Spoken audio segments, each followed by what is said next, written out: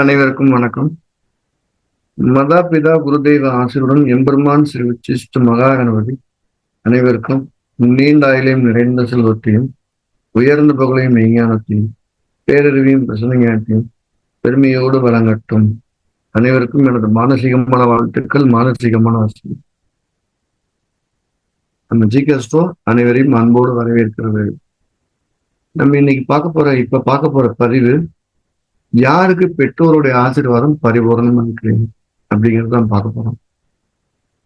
இது ஜாதகத்திலையும் சரி, பிரசனத்திலையும் சரி இந்த கேள்வியை பெரும்பான்மையாக பேர் கேட்கறாங்க.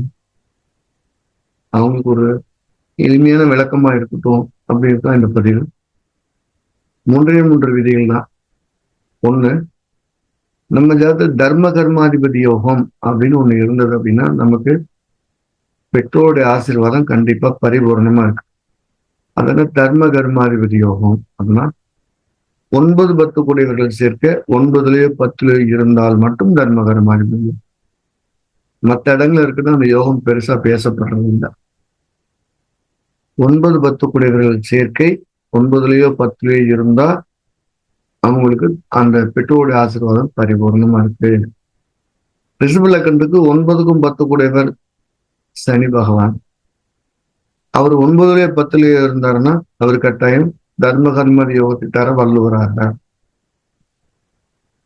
9-10 கூடிய சனி பகவான் 9லயோ 10லயோ இருந்தா அவர் தர்ம கர்மாதிபதி யோகத்தார் கூட வல்லவராகிறார். அவர் வேற எங்க இருந்து அவர் லக்கணத்தை பார்த்தாலும் அது தர்ம கர்மாதிபதி யோகம் வலுவா இருக்குன்னு சொல்லக்கூடாது. அப்ப ஒரு லக்கணத்திற்கு 9-10 குறையவர்கள் 9லயோ 10லயோ இருந்தாங்கன்னா தர்ம கர்மாதிபதி யோகம், அந்த யோகம் உடையவர்கள் கட்டாயம் பெற்றோருடைய ஆசீர்வாதம் பரிபூர்ணமாக உண்டு. விதி நம்பர் 1. 2, குருச்சந்திர யோகம்.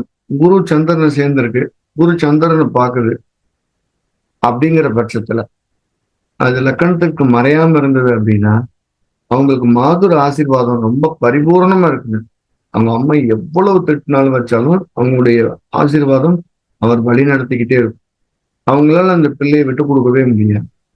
மேலோட்டமா அவங்க அம்மா இந்த பையனை திட்டுறாங்க இல்ல பொண்ணு திட்டுறாங்கன்னா கூட அது அந்த திட்டுதல்ல உண்மையான ஆசீர்வாதம் பரிபூர்ணமா இருக்கும்.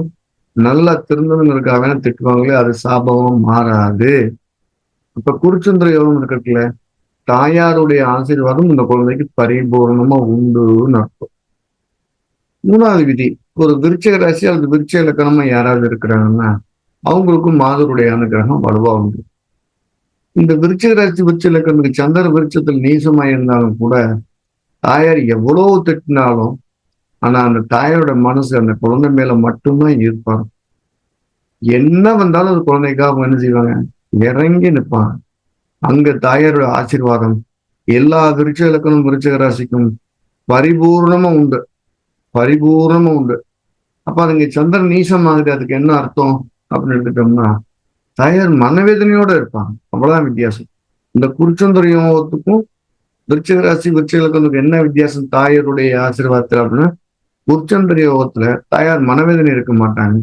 ஆனா விருச்சிக இலக்கணம் விருச்சிக ராசிக்கு தாயாரோட ஆசீர்வாதம் இருக்கும், ஆனா மனவேதனையோட கொஞ்சம் இருக்கும். அப்படிங்கிறது மட்டும் அந்த வித்தியாசத்தோணுதான் போதும். இந்த விருச்சிக ராசி விருச்சிக இலக்கணத்துக்கு அந்த தாயார் அந்த பையனுக்கோ அந்த பொண்ணுக்கோ முழுசா பாடுபடுவாங்க. முழுசா எந்த விதமான மன வலிச்சும் இல்லாம, மனவலியும் இல்லாம, மன உளைச்சலும் இல்லாம பாடுபடுவாங்க. திருப்பி அவங்க கொடுக்கலைங்கிற எந்த விதமான தாட்டும் இருக்கு. அவங்களுடைய மனசுக்குள்ள பையன் மேல பொண்ணு மேல மட்டும்தான் இந்த விருச்சிக ராசிக்கு தாயாரோட அனுக்கிரகம் பரிபூர்ணமா உண்டுங்கிறத மாற்றுக்கிறது இல்லை. 4வது ஒரு விதி, ஒருத்தருக்கு திக்பலம் பெற்ற கிரகம் இருக்கு அப்படின்னா பெற்றோர்களில் யாரேனும் ஒருவருடைய ஆசீர்வாதம் உண்டு. 2 பேரோட ஒண்ணு அப்பா அல்லது அம்மா, இந்த 2 பேர்த்துல யாரேனும் ஒருவருடைய ஆசீர்வாதம் கட்டாயம் உண்டு. அப்படிங்கிறதெல்லாம் அது கிரகத்தை பொறுத்து நம்ம எடுத்துக்கலாம். எந்த கிரகம் திக்பலம் பெற்றிருக்குன்னு எடுத்துக்கலாம். உதாரணமா ஒரு ரிஷப லக்னம் வச்சுக்கோங்க. சனி 7 திக்பலம் பெற்றிருக்குன்னா அவர் 9 கூடையவரா இருக்கார், 10 கூடையவரா இருக்கார். அதனால அப்பாவுடைய ஆசீர்வாதம் அங்க உண்டு. அங்க அப்பா என்ன விதமான காயத்தை ஏற்படுத்தியிருந்தாலும் அல்லது அந்த சூரியன் எவ்வாறு பாதிக்கப்பட்டிருந்தாலும் அந்த இடத்துல பிதற்குடைய ஆசீர்வாதம் கொஞ்சம் உண்டுங்கிறது நம்ம உத்தரவாதம் எடுத்துக்கலாம்.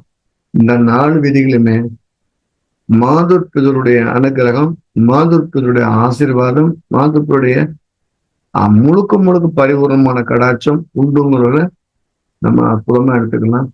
இவங்களுடைய இறப்புக்கு பின்னாலே இந்த ஆசீர்வாதத்தை அவங்களால உணர முடியும் அப்படிங்கிறத அனுபவத்துல சொல்ல முடியுது.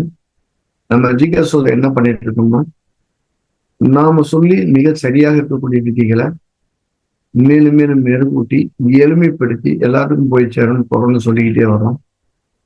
அதை நீங்க உங்க ஜாதகங்களை ஒப்பிட்டு பாருங்க, எவ்வளவு அற்புதமா இருக்குன்னு. இதெல்லாம் என்னுடைய ஸ்டாம்ப். இப்ப நான் சொன்ன விருச்சிக ராசிக்கு தாயாருடைய ஆசீர்வாதம் இருக்கிற பரிபூர்ணமா இருக்குங்களா என்னுடைய ஸ்டாம்ப். அவர் அந்த பையன் அந்த பொண்ணு அம்மாவை மதிக்காது, ஆனா அம்மா அவனுக்காக உருகுங்கிறதுதான் என்னோட ஸ்டாம்பு. செக் பண்ணி பாருங்க, அற்புதமா உங்களுக்கு நடைமுறைப்படுத்த முடியும். எல்லாருக்கும் ஜோதிடம் போய் சேரணும் அப்படிங்கிறதுல நான் ரொம்ப ஆர்வமா இருக்கேன். நம்ம ஜிகேஸ்டாருக்காக பாடுபட்டு இருக்குது. அப்படி ஜோதிடம் படிக்கணும் அப்படின்னு விருப்பம் இருக்கவங்களுக்கு பெரிய கணிதங்கள் எதுவும் இல்லாம எளிமையான ஒரு முறைகளை எளிமைப்படுத்தப்பட்டு தொடர்ந்து வகுப்புகளை நடத்திக்கிட்டு வரோம். படிக்கணும் விருப்பம் இருக்கவங்க கீழே இருக்கிற நம்பர்ல பதிவு செய்து படிக்கலாம்.